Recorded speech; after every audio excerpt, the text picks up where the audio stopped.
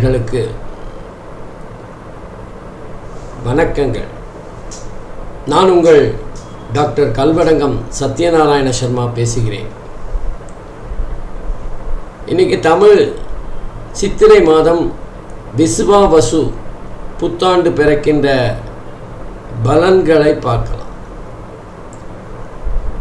விசுவாவசு அப்படிங்கிற அந்த வருடமானது 39வது வருடமாக வருகின்றது.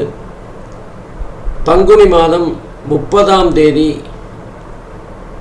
நடு இரவுக்கு பிறகு அதிகாலை, அதாவது சித்திரை மாதம் பிறக்கின்ற வேளையில் மணி 2:22 திங்கட்கிழமை பிறக்கின்றது. சுவாதி நட்சத்திரம், பிரதமை திதி. அதே நேரத்தில் வஜ்ரம் யோகத்திலும் கௌலவம் கரணத்திலும் இந்த புத்தாண்டு விசுவாவசு ஆண்டு பிறக்கின்றது. சுவாதி நட்சத்திரத்தில் பிறக்கின்ற காரணத்தினால் இந்த வருடம் பல வகைகளில் பிரம்மாண்டங்களை சந்திக்கப் போகின்றது. எல்லா விஷயத்திலும் ஒரு அகலம், எல்லா விஷயத்திலும் ஒரு விரிவு பார்க்கப்படும் என்ற ஒரு சூழ்நிலை தான் இருக்கும். பிரம்மாண்டமான விஷயங்களை இந்த ஆண்டு மக்கள் எல்லோரும் சந்திக்கப் போகிறார்கள். உலக நாடுகள் எல்லாம் சந்திக்கப் போகின்றது. அது மழையாக இருந்தாலும் சரி, இல்லை பூமி அதிர்வுகளாக இருந்தாலும் சரி, வெள்ளமாக இருந்தாலும் சரி, விபத்துக்களாக இருந்தாலும் சரி, இயற்கை சீற்றங்களாக இருந்தாலும் சரி, எதுவாக இருந்தாலுமே பிரம்மாண்டத்தை பார்க்க போகிறோம். சுவாதி நட்சத்திரத்தில் பிறக்குதில்லை, அதனால் அப்படி தான் இருக்கும்.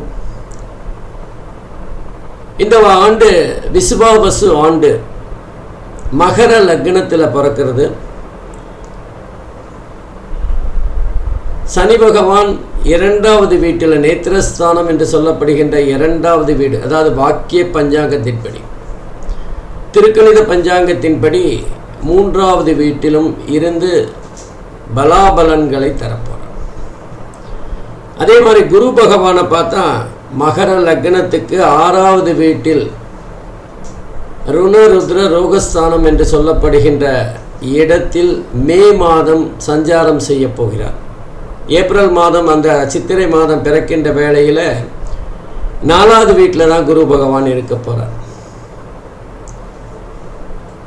அதே மாதிரி மகர லக்னத்திற்கு 3வது வீட்டில் ராகு பகவானும், மே மாதத்திற்கு பிறகு 2வது வீட்டிற்கு குடும்பஸ்தானத்துக்கு ராகு பகவான் வரப்போகிறார். அதே போல மகர லக்னத்திற்கு 9வது வீட்டில் சஞ்சாரம் செய்து கொண்டிருந்த கேது பகவான் மே மாதத்திற்கு பிறகு 8வது வீட்டில் அஷ்டமஸ்தானத்தில் சஞ்சாரம் செய்ய போகிறார். ஆகவே இந்த அமைப்பானது எப்படிப்பட்ட பலன்களை உலக நாடுகளுக்கும், குறிப்பாக இந்தியா மற்றும் 12 ராசிகளுக்கும் தரப்போகிறது அப்படிங்கிறத தான் பார்க்க போகிறோம். வாங்க ஒவ்வொரு விஷயமாக பார்க்கலாம். இந்த விசுவாவசு வருஷத்தில் ஆதாயம்னு பார்த்தீங்கன்னா அது 65 பங்கும், விரயம் அப்படின்னு பார்த்தீங்கன்னா 59 பங்கும் இருக்க போகிறது. இது மொத்தத்தில் இந்த நாட்டு சுபிட்சமாக இருக்கின்ற, அல்லது கடந்த முறை இருந்ததை விட நல்ல சிறப்பான ஒரு முன்னேற்றமான அமைப்பில் தான் இருக்கு. ஆகவே இந்த வருடம் உலக நாடுகளும் குறிப்பாக இந்தியாவும் நல்ல முன்னேற்றம் காணும் அப்படின்னு கண்டிப்பாக நம்ம எடுத்துக்கலாம்.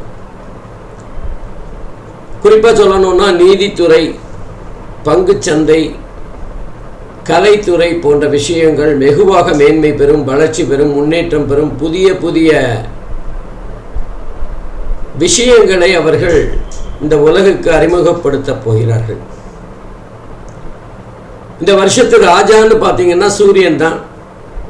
நவகிரகத்துக்கும் ராஜா சூரியன் தான். இந்த வருஷத்துக்கும் ராஜா சூரியனாக தான் இருக்க போகிறது. அது மாத்திரம் இல்லாமல் சூரியன் இந்த வருஷம் 4 முக்கியமான துறைகளை தன்னுடைய ஆளுமையில் வைத்துக் கொள்ளப் போகிறார். ஆகவே இந்த வருடம் சட்டமும் நீதித்துறையும் நம்ம நாட்டை மிக மிக வலிமையாக ஆயப்போகிறது அப்படின்னு தான் சொல்லணும். நீதித்துறை தன்னுடைய உண்மையான சுயரூபத்தை காட்டப்போகிறது அப்படின்னு கூட எடுத்துக்கலாம். சட்டத்திற்கு எதிரானவர்கள் யாராக இருந்தாலும் அவர்கள் உடனுக்குடன் தண்டிக்கப்படுவார்கள் அல்லது அவர்கள் இனம் காட்டப்படுவார்கள். குறிப்பாக ராஜாவாக இருக்கிற அந்த சூரியன் மிக முக்கியமாக, அதாவது தலைமை பொறுப்புக்கு எப்படிப்பட்ட குணாதிசயங்கள் இருக்க வேண்டும் அப்படின்னு சொல்லக்கூடியவராக இருப்பார். குறிப்பாக இந்தியாவில் மிகப்பெரிய முன்னேற்றமும் மாற்றமும், உலக அரங்கில் இந்தியாவின் முக்கியத்துவம் வெகுவாக பேசப்படுகின்ற ஒரு சூழ்நிலையை பார்க்கலாம். வட மாநிலங்களில் கொஞ்சம் பொதுவாக வெள்ளப்பெருக்கு அதிகமாக இருக்கும். அதே மாதிரி தெற்கு பகுதியில் மிதமான மழை இருந்தாலும் சில பகுதிகளில் இயற்கையின் சீற்றத்தை காண முடியும். எவ்வளவு விஞ்ஞான முன்னேற்றங்கள் இருந்தாலும் அந்த இயற்கையின் சீற்றத்தை எதிர்கொள்வது என்பது மிக மிக சிரமமானது என்பதை மீண்டும் புரிந்து கொள்ளுகின்ற ஒரு தன்மை இருக்கும். புதிய புதிய வேகமான ரயில் போக்குவரத்துகள், விமான போக்குவரத்துகள் இதெல்லாம் அறிமுகப்படுத்தப்படும். ஆனாலும் மிகப்பெரிய 2 விபத்துக்களை இந்த காலகட்டத்தில் சந்திக்க போகிறோம். இந்த நேரத்தில் விஸ்வாவசு வருஷத்தில் மகர லக்னத்திற்கு அஷ்டமாதிபதி என்று சொல்லப்படுகின்ற சூரிய பகவான் சுகஸ்தானத்தில் சஞ்சாரிப்பதால் மக்களுக்கு ஏதாவது ஒரு வகையில் ஆரோக்கிய குறைபாடுகளை தரத்தான் போகிறார்.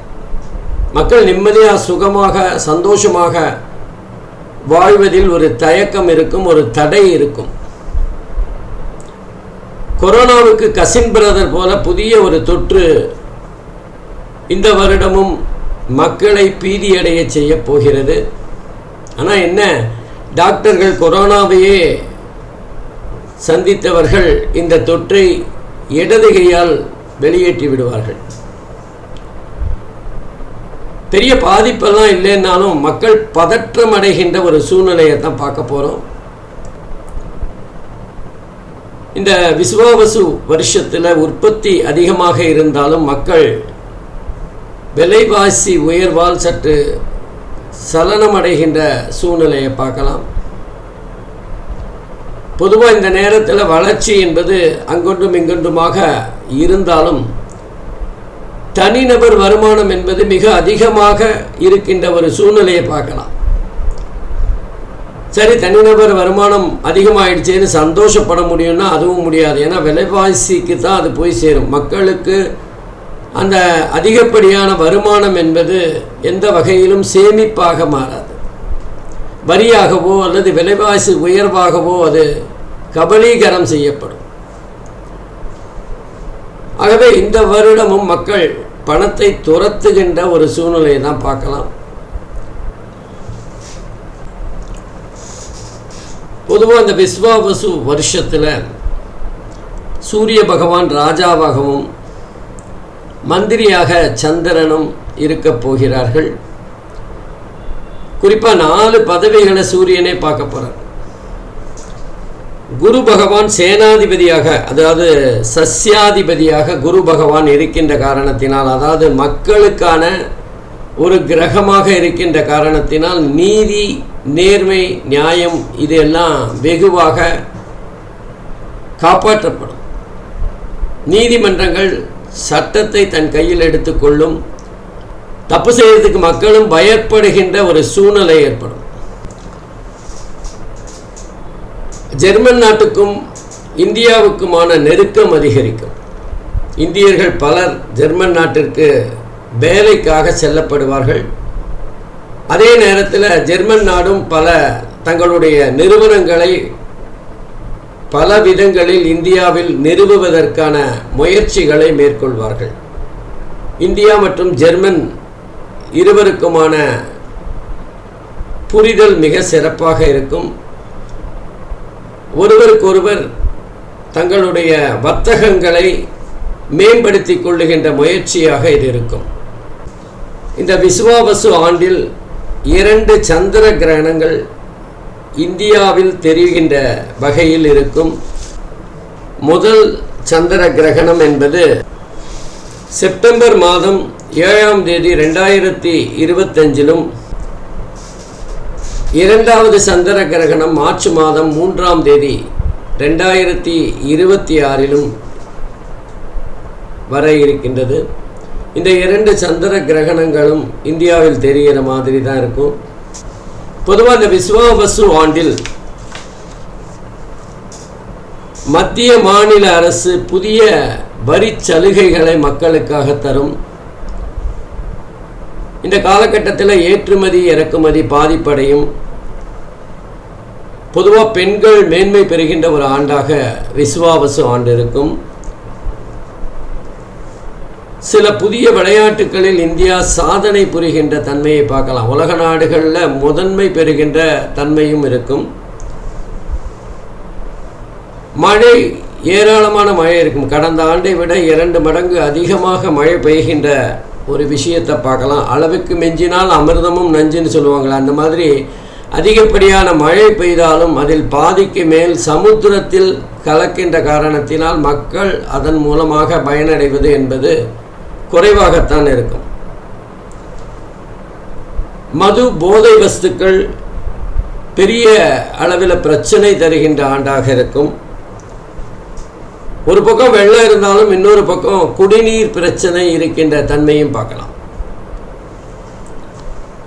ஏற்கனவே சொன்ன மாதிரி புதிய விஷக்கிருமி ஒன்று உருவாகி அது மக்களை பீதியடைய செய்யும். அரசியல் பெரும் தலைகள் சிலர் வம்பு வழக்குகளில் சிக்கி சில நாட்கள் பத்திரிகைகளின் தலைப்புச் செய்தியாக ஆவார்கள். யாருமே எதிர்பாராத வகையில் அரசியல் எதிரிகள் என்று சொல்லப்படுகின்ற 2 கட்சிகள் ஒன்றோடொன்று உறவாடுகின்ற தன்மையை பார்க்கலாம். அரசியல் குழப்பம் என்பது இந்தியா முழுவதும் இருக்கும். அங்கங்கே சில சிக்கல்களை தந்தாலும் ஒரு மாற்றத்திற்கான அறிகுறி தென்படுகின்ற வகையில் இருக்கும். வாக்கியப்படி பார்த்தோமேயானால் இந்த விசுவாவசு ஆண்டில் சனி பயிற்சி, குரு பயிற்சி, ராகு கேது பயிற்சி 3 பயிற்சிகளும் நடைபெற இருக்கின்றது. வருகின்ற மே மாதம் குரு ராகு கேது பயிற்சியும், 2026 6ஆம் தேதி மார்ச் மாதம் சனி பயிற்சியும் நடைபெற இருக்கின்றது. திருக்கணிதப்படி பார்த்தீங்கன்னா மார்ச் மாதம் 2025 பயிற்சியாகி மீன ராசியில் சஞ்சாரம் செய்கின்றார். ஆகவே இந்த அமைப்புகள் எப்படி 12 ராசிகளுக்கும் பலன் தரப்போகிறதுங்கிறத பார்க்கலாம். அதுக்கு முன்னாடி இயற்கையின் சீற்றத்தினால் ஜப்பான், சீனா, தென் அமெரிக்கா, ஏற்கனவே மியான்மார் பாதிக்கப்பட்டதை போல இயற்கை சீற்றங்களால் பாதிக்கப்படும். அது வெள்ளமாக இருக்கலாம், விபத்தாக இருக்கலாம், பூமி நடுக்கமாக இருக்கலாம், ஏதோ ஒன்று. மனித சக்தியை மீறிய இயற்கையின் சீற்றத்தை சில நாடுகள் சந்திக்கப் போகின்றது. பொதுவாக இந்தியாவுக்கு அந்த மாதிரி பாதிப்புகள் இல்லைன்னாலும் இந்தியாவின் வட மாநிலங்களில் சில வெள்ளப்பெருக்குகளையும் சில வருத்தப்பட வேண்டிய விபத்துக்களையும் பார்ப்போம். ஆகவே இயற்கை சீற்றத்தினால் சில மனித உயிர்களை பலி கொடுக்க வேண்டிய ஆண்டாகவும் இது அமையும். பொதுவாக நம்ம பார்த்தோன்னா இது ஆதாயம் அதிகமாக இருக்கிற ஒரு ஆண்டாக இருந்தாலும், மக்களிடம் பணம் கையில் அதிகமாக புரண்டாலும் சேமிப்பு என்பது மிக குறைவாகத்தான் இருக்கும். அதனால் அரசாங்கம் பெரிய அளவில் பயன்பட்டாலும் மக்களுக்கான பயன்பாடு என்பது ஓரளவிற்கு முன்னேற்றத்தை தரும். சரி, 12 ராசிக்கும் பலாபலன்களை பார்க்கலாம். அன்பிற்கினிய துலாம் ராசி என்பர்களே, 14/4/2025 அன்று பிறக்கப் போகிற விசுவா விசு தமிழ் புத்தாண்டு எப்படிப்பட்ட பலன்களை துலாம் ராசிக்கு தரப்போகிறது அப்படின்னு தான் பார்க்க போகிறோம். துலாம் ராசியை பொறுத்தவரை 11 பங்கு ஆதாயமாகவும் 5 பங்கு விரயமாகவும் இருக்க போகிறது. அதனால் சேமிப்பு இருக்கின்ற வாய்ப்பு இருக்குது. பணம் கையில் புரளுகின்ற தன்மை இருக்கும். செலவினங்களை விட 2 மடங்கு வருமானம் இருக்கின்ற ஒரு நல்ல காலகட்டம் தான். அதே நேரத்தில் துலாம் ராசியில் பார்த்திங்கன்னா சித்திரை, சுவாதி, விசாகம் ஆகிய 3 நட்சத்திரங்கள் இருக்கின்றன.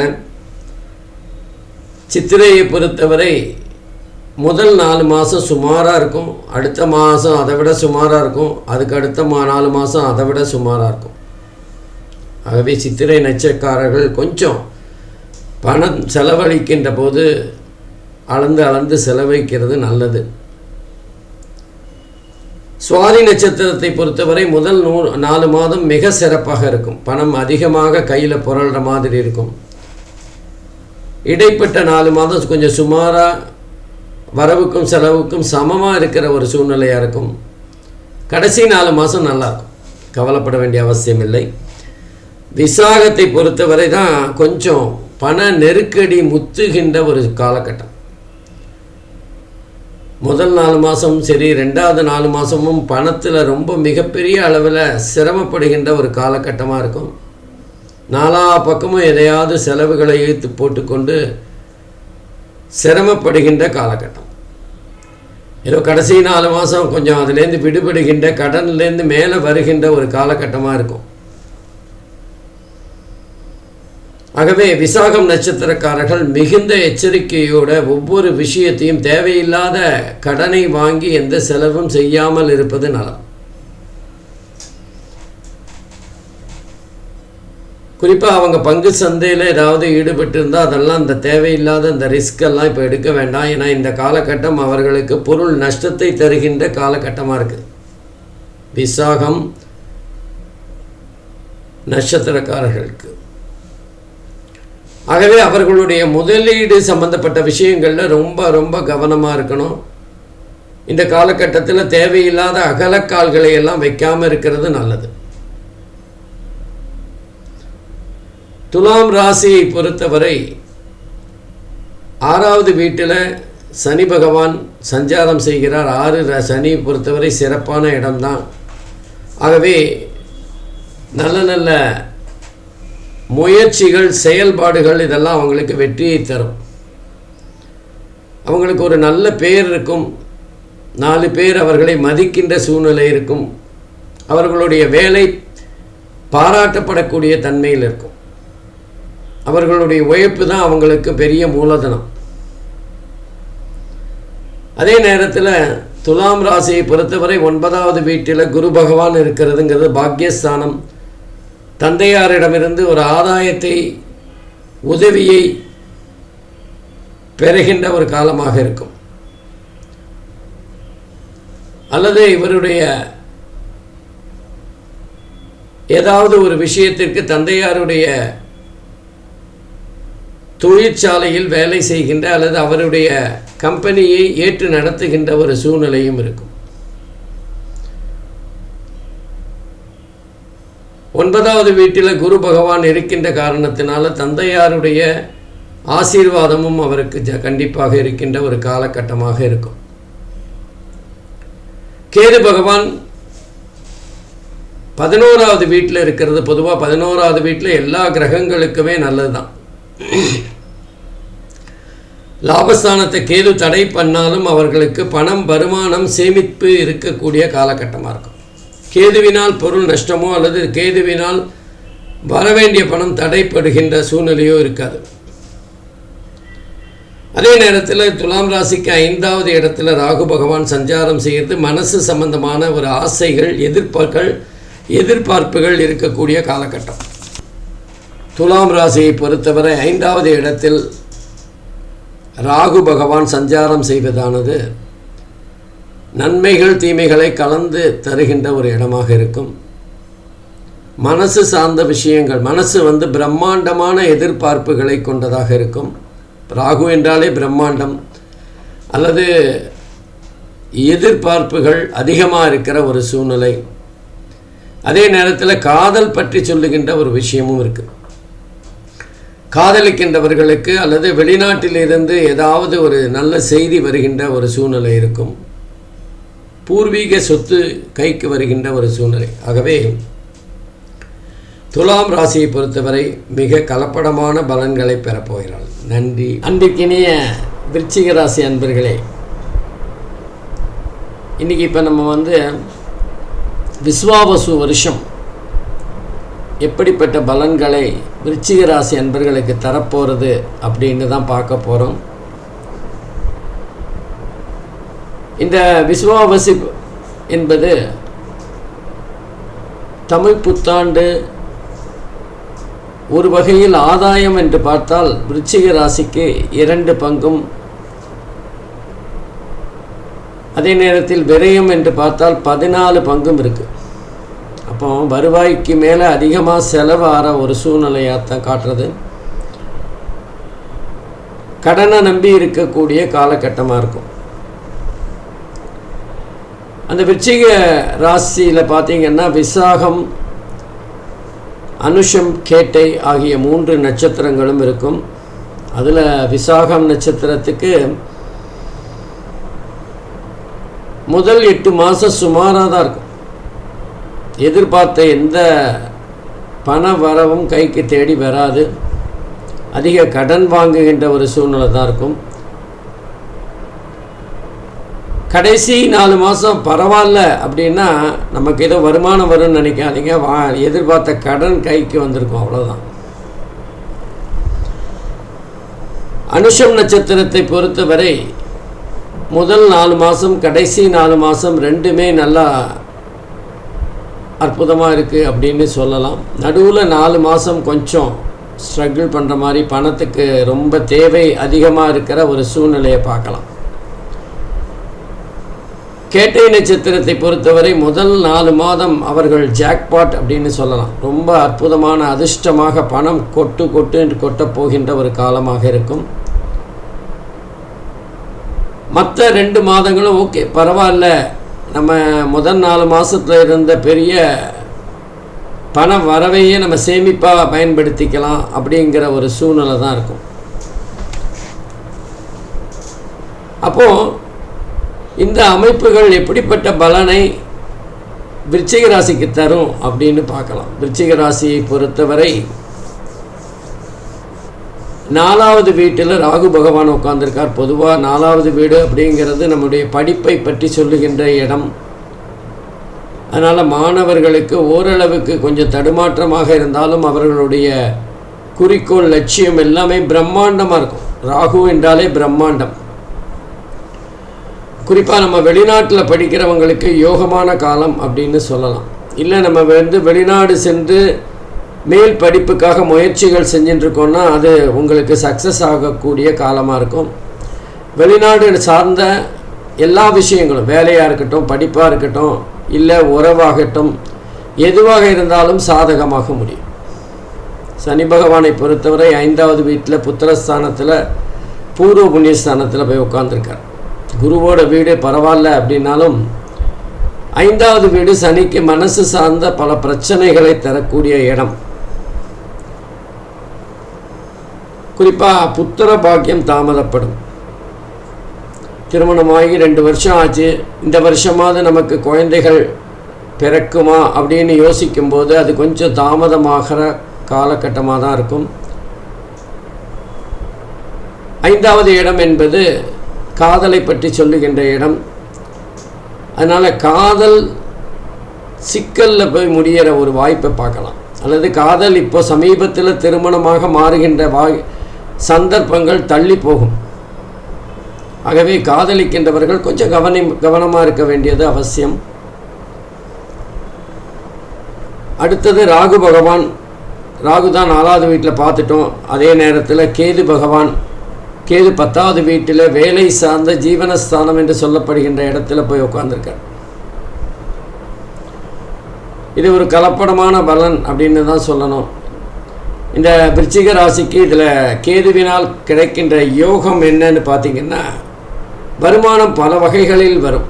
வேலை செய்கிறவங்களுக்கு தொழில் சார்ந்த வருமானமும் இருக்கும், வியாபாரம் சார்ந்த வருமானம் இருக்கும். சில பேருக்கு வீடு கட்டி அதன் வாடகை மூலமாக வருமானம் பார்க்கின்ற தன்மை இருக்கும்.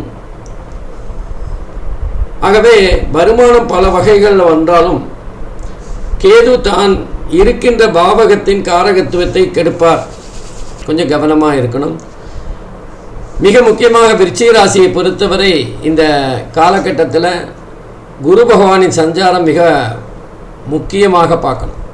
தனக்காரகன் என்று சொல்லப்படுகின்ற குரு பகவான் 8வது வீட்டில் மறைவு ஸ்தானத்தில் இருக்கிறதுனால இந்த வருஷம் ஃபுல்லாகவே நீங்கள் பணத்தை துரத்துற மாதிரி ஒரு சூழ்நிலை இருக்கும். ஆனால் கவலைப்பட வேண்டாம். உங்களுக்கு 1000 ரூபா வேணும்னா 1000 ரூபா கிடச்சிரும், 1 லட்சம் வேணும்னா 1 லட்சம் கிடச்சிரும், 1 கோடி வேணுனாலும் 1 கோடி கிடைக்கும். ஆனால் எப்படி என்ன அப்படின்னு மனசு போட்டு உளைச்சல் அதிகமாக இருக்கக்கூடிய ஒரு காலகட்டமாக இருக்கும். முடியலையோ கடன் அதிகமாக வாங்குகிற சூழ்நிலையை பார்க்கலாம். கொஞ்சம் கவனமாக இருக்கணும். அகலக்கால் வைக்கக்கூடாது. பேராசை அதிக நஷ்டத்தை தரும் அப்படிங்கிறத புரிஞ்சுப்பீங்க. முடிஞ்ச இந்த காலகட்டத்தில் பங்கு சந்தை, ஏதாவது அந்த ரியல் எஸ்டேட் போன்ற விஷயங்களில் ஈடுபடுறதை தவிர்ப்பது நல்லது. அதாவது எங்கெல்லாம் நம்ம பணம் அதிகமாக வருதோ, பணத்துக்கு பணம் என்று சொல்லப்படுகின்ற இடங்கள் எல்லாம் கவனமாக இருக்கணும். குறிப்பாக நீங்கள் இப்போ தங்கம் வாங்குறீங்கன்னா அது பரவாயில்ல. அதாவது அது நம்ம பணத்துக்கு தங்கத்தை வாங்க முதலீடு செய்கிறோம். ஒரு வீடு வாங்குறீங்கன்னா அது பரவாயில்ல, அது நம்ம என்னைக்கானாலும் ஒரு அப்ரிசியேஷன் இருக்கும். ஆனால் வீடு வாங்கி அந்த வீடை விற்று அதன் மூலமாக லாபம் பார்க்குற ரியல் எஸ்டேட் பிஸ்னஸ் பண்ணுறாங்க பார்த்தீங்களா, அவங்கெல்லாம் கொஞ்சம் கவனமாக இருக்கணும். வாங்கின வீட்டில் ஏதாவது வில்லங்கம் இருக்கிறதுக்கான வாய்ப்புகள் இருக்கும். நிலம் வாங்கி விற்கிற தொழில் செய்கிறவங்க தான் கவனமாக இருக்கணும். நம்ம பயன்பாட்டுக்காக வீடு வாங்குகிறோம், இல்லை நம்மளுடைய பயன்பாட்டுக்காக நகை வாங்குகிறோம் அப்படின்னா அதில் எந்த ப்ராப்ளமும் இல்லை. அதே நேரத்தில் இந்த நகை கடை வைத்திருக்கிறவர்களுக்கெல்லாம் கொஞ்சம் சோதனை இருக்கக்கூடிய காலகட்டமாக இருக்கும். மொத்தத்தில் கையில் இருக்கிற பணத்தை வச்சு நம்ம நிம்மதியை தேடணுமே தவிர நம்முடைய எண்ணங்களை ரொம்ப அகலப்படுத்தி கொண்டு பணத்தை கடனாக பெறுவது அப்படிங்கிறது சிக்கலில் கொண்டு போய் நம்மளை விட்டுரும். அதனால் கையில் இருக்கிற பணத்துக்கு நம்ம செலவு செஞ்சால் போகிறோம் அப்படிங்கிற ஒரு எண்ணத்தில் தான் இந்த காலகட்டத்தில் இருக்க. முடிஞ்சவரை கடன் வாங்காமல் இருப்பது நல்லது. கடன் பட்டார் நெஞ்சம் போல் கலங்கினான் இலங்கை வேந்தன்னு சொன்னான். மிகப்பெரிய மகாராஜாவான இலங்கை வேந்தனே கடன் மூலமாக மிகப்பெரிய கஷ்டத்தை அனுபவிச்சான்னு சொல்லுவாங்க. ஆகவே முடிஞ்சவரை இந்த வருஷத்தை என்ன பெரிய ஒரு கண் மூடி தன்னை திறக்கிறதுக்குள்ளே இந்த வருஷம் ஓடிடும். இதுவும் கடந்து போகுங்கிற மாதிரி. அதனால் கவலைப்படாதீங்க. பணத்தை தவிர மற்ற எல்லா விஷயங்களிலும் யோகமான காலகட்டமாக இருந்தாலும் பணம் உங்களை கண்டிப்பாக கொஞ்சம் கலங்க வைக்கத்தான் செய்யும். அதை சாமர்த்தியமாக எப்படி இருந்தாலும் விருச்சிக ராசிக்காரர்கள் போராடி ஜெயிக்கக்கூடியவர்கள். அவர்களுடைய மனோதிடம் அவர்களை எப்போதும் காப்பாற்றும். ஏன்னா காரணம், அவர்களுக்கு லக்னாதிபதி செவ்வாய், அதே செவ்வாய் தான் அவருக்கு 6வது வீட்டுக்கும் அதிபதி. அதனால் அவர்கள் அந்த செவ்வாய் மூலமாக ஏற்படுகின்ற ருணருத்ர ரோகஸ்தானத்தில் அதிபதியான செவ்வாய் கடன், பகை, நோய் இது எல்லாத்திலேருந்தும் மீண்டு வருகின்ற ஒரு தன்மையை கொடுப்பார். அதனால் கவலைப்பட வேண்டிய அவசியம் இல்லை. கொஞ்சம் சிக்கனமாக கையில் இருக்கிற காசை செலவழித்து புத்திசாலித்தனமாக இருந்தால் இந்த வருடத்தை மிக எளிதாக நிம்மதியாக கழிக்கலாம். நன்றி, வணக்கம், வாழ்க வளம்.